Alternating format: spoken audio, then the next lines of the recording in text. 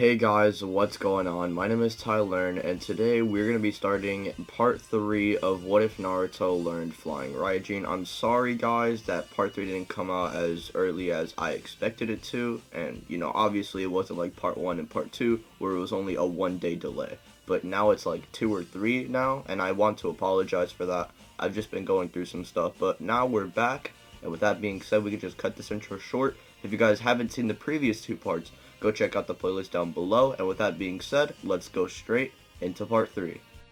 Alright boys, so we start our story where we last left off, which was with Naruto and Jiraiya heading out into training for the next 2.5 years in preparation for the Akatsuki, and Jiraiya was telling Naruto that he was going to learn a technique that would increase his speed exponentially, and that's body flicker. You guys are probably thinking to yourself, but Tylearn, body flicker is like a D-rank jutsu, that's pretty trash. Well, Naruto's not going to be using it regularly. What he's going to be using it is, he's going to be using it like how Shisui and Minato use it. So, it's not just going to be a little speed increase. No, Naruto's going to be built different in the speed category. And I think Naruto would already master the Flying Raijin given how he has so much time to master it, and also the one teaching him, that being Jiraiya, who's Minato's sensei, would probably know how Minato uses the Flying Raijin and could put 2 and 2 together and could try and help Naruto out. So I will say by the end of the 2.5 year gap and when Naruto returns to the Leaf Village, he would probably be the fastest character in combination with his body flicker and Flying Raijin. Obviously not the fastest character period, like he's not going to be blitzing Hagoromo or Kaguya or any of them, but at this point in the series, he's definitely as fast as Minato, making him at this point in the series the fastest character. And as for the other members of Team 7 such as Sasuke and Sakura, first I'll go over Sasuke. He has mastered his lightning manipulation to the fullest and also unlocked his 3-Tomo Sharingan. He could also use summoning dogs, and that's pretty much it to his abilities. Also, lightning sword, yeah, that still happens. And as for Sakura, she wouldn't be nearly as strong or as fast as her canon self, just her physical stats aren't even nearly on the same level as her canon self. However, her genjutsu abilities actually cope with that, and she actually has been training with Kurenai for the past 2.5 years, amping up her genjutsu. And Kakashi, well, Kakashi would just be getting the same stuff as he did in canon, but his physical stats would be amped up due to him training with Sasuke and him having a training partner for the next 2.5 years. And this would then lead into Naruto returning back to the Leaf Village and Team 7 retaking the bell test, which I'm just going to go over pretty fast. Plain and simple, Naruto just blitzes Kakashi, so they get the bells regardless. And this would then lead into the Kazekage rescue mission, which would go similar to my What If Naruto Learned Ki series, where I would have Rasa and Gaara facing off against Deidara, and Sasori in the end capturing Gaara and killing Rasa, but in the end Rasa would kill Deidara just a few moments before dying, or just a few moments before encountering Sasori really, since Gaara and Rasa would be 2v1ing Deidara and then finishing him off, which would then lead into Sasori wanting to come and assist Deidara. So he would kill Rasa, poison Kankuro, and then take over Gaara. He would take him over to the hideout where he would then proceed to try and do the extraction process, which is going to be taking a lot more time due to Sasori being alone in this. With the extraction process happening and Sasori taking a lot longer and Team 7 and Team Guy heading out to the Sand Village, this would then lead into them encountering Kankuro, who wouldn't have Sakura with medical ninjutsu to heal him, so Kankuro here kind of dies, with his last words being towards Naruto and basically just telling him to get Gaara and save him. And with that being said, this would lead into Naruto getting more motivation to save Gaara, and Team 7, Team Guy, and Chiyo heading out to go and save him.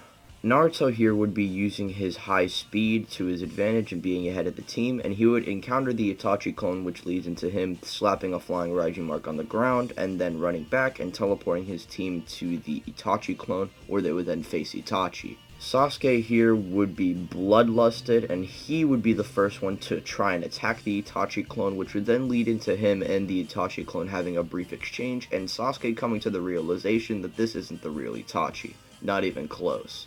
This Sasuke and the Itachi clone would have a genjutsu exchange where Sasuke would have clearly this slight advantage, which would then lead into Naruto coming in and telling Sasuke that they can't waste their time and they need to finish this Itachi now. And this would then lead into Naruto and Sasuke throwing a wombo combo at the Itachi clone, where Sasuke would distract him and Naruto would catch him off guard with the Flying Raijin, putting him down. At that point, Naruto knows that they need to get to Gaara fast, and Naruto would then blitz over to where maybe the barrier might be, and Naruto would come across it, which would then lead to him using the Flying Raijin mark, and then running back to his team where he would find them and teleport them to the barrier. Now, with this, I feel that Naruto honestly can just break the barrier with his homies, and this would then lead into Sasori trying to do the extraction process on Gaara, and he's not even nearly close to being done due to him not having Deidara there. And they arrive earlier, so regardless, Gaara was going to be saved in the end, and Naruto would blitz over to Gaara and save him quickly, and then after that, he puts Gaara down, and this would then lead into Naruto preparing to face Sasori, where Sasori would try and shoot out poison needles, which Naruto would easily dodge, and he would then break Sasori's shell in one Super Sengon.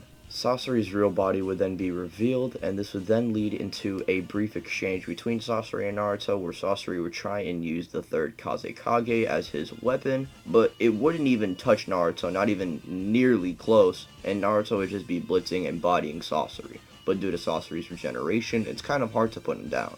This would then lead into Kakashi wanting to try and assist Naruto, and they're just kind of watching this all go down, and they're not trying to just watch. So this would then lead into Sasuke thinking that he needs to go in and try and assist Naruto, like maybe doing a 2v1, but Kakashi believes that wouldn't be smart as Sasori has those poison needles. Kakashi then comes up with an idea, and he would then proceed to use his MS, and he would then use his new move, Kamui, which would then lead into Kakashi using Kamui, where Sasori's little heart piece would be, really just negging Sasori as a whole, because that little thing and breaking it is really the only way to defeat Sasori, and Kakashi just erased it into another dimension. So with that being said, Sasori would eventually be defeated here, and they wouldn't get any information about Orochimaru, and they wouldn't even need that info in the first place because they already have Sasuke on Team 7, which would then lead into the Kazekage retrieval arc, kind of being just a nice little arc here. Kankuro dies instead of Chiyo, but Chiyo survives. And Rasa also dies, which is pretty sad, but Chiyo and Gaara do live, and Chiyo doesn't need to sacrifice herself, which is a good thing. So the arc does have a nice little heartwarming ending, and this would then lead into a little bit of a weird time period for this point in Shippuden, because there wouldn't be an Orochimaru arc, so they would just be kind of chilling, until really the whole Kakuzu arc would occur, which would then lead into Kakashi and Sasuke whenever Shikamaru's team wants to go out the second time to fight Kakuzu for revenge. Sasuke and Kakashi would be the ones to go out and fight with them, and when Naruto figures out that they actually went out to go and fight two Akatsuki members, Naruto immediately heads out with this Flying Raijin. Naruto remembers back in the Chunin exams when he actually put a seal on Sasuke, and he doesn't really remember the seals really going away, so Naruto just tries to try it out, and boom, he teleports right next to Sasuke, who's currently fighting Kakuzu and Hidan. Naruto may not be able to one-shot Kakuzu with the Rasen Shuriken, but Naruto actually does have a lot of speed and power behind him still.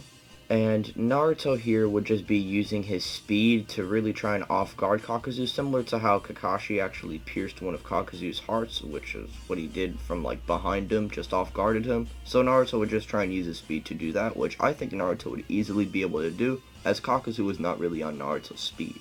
Not to mention, Naruto here is just a lot faster than Kakashi, at least multiple times over, who is able to scrap with Kakuzu, so it's not really a good match for Kakuzu, and Naruto in the end would off-guard him and finish off his last heart before he goes into that weird, ugly, transformed state, and this would then lead into the Hidan fight, which Shikamaru would decide to handle, and he would then use Shadow Possession, bring him over to the forest, and get revenge for Asuma as per normal. So we still get that goated Shikamaru moment, and the Kakuzu retrieval arc only is just ended a lot simpler, because Kakashi is never pushed to using his MS, and Sasuke was there to assist Kakashi, and Naruto comes in earlier. Now, as for the other arcs, honestly, I'm just going to be kind of speed blitzing through them because I don't really see too much changing with them. The only things that are really going to be changing are the Sasuke and Itachi fight, which happens differently because Itachi would just try and use a crow to lure Sasuke out the village, which is basically what happens in most of my what-ifs that Sasuke stays in the village for. Jiraiya would still get capped leading into Naruto learning Sage Mode, and with Sage Mode plus Flying Raijin and the body flicker, Naruto's just going to reach a whole new level of speed, especially in reaction speed since Sage Mode does boost that. Now really there are 3 changes that would occur during the saga. The first one being that Sakura wouldn't be able to heal people, so the only thing that changes with that is that more people would die. Like how I said in my other what ifs, Choji and Chozo would most likely die here since Kakashi would be chasing down Sasuke, who's lured out by Itachi, so Kakashi and Sasuke wouldn't even be present in the battle against Pain. And when Sasuke actually gets, like unconscious after his fight with Itachi, Kakashi would swoop in and take him back to the Leaf Village.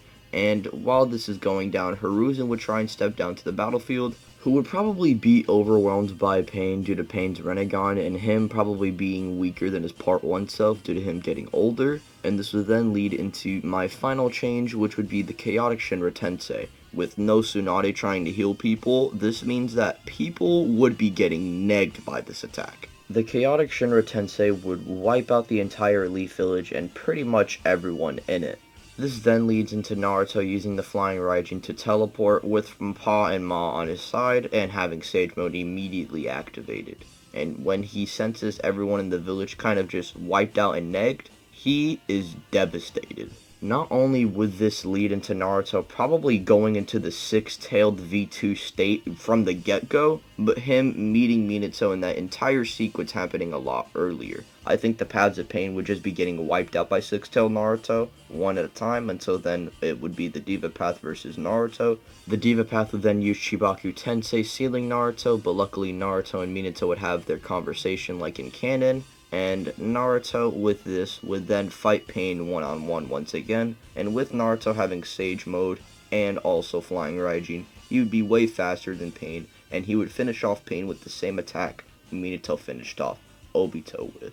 Now usually I would be going over all of the rest of the arcs, in just one fell swoop, but we'll make a mini part or a small part 4 where we would just go over what would happen in this new war arc and what's going to be really going down for the rest of the events of Shippuden, and maybe I'll go over some of Boruto.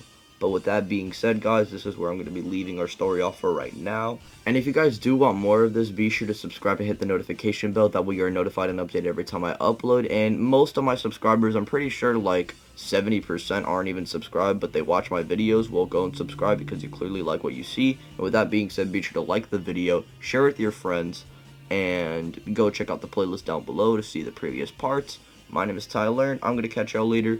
Peace out. Bye.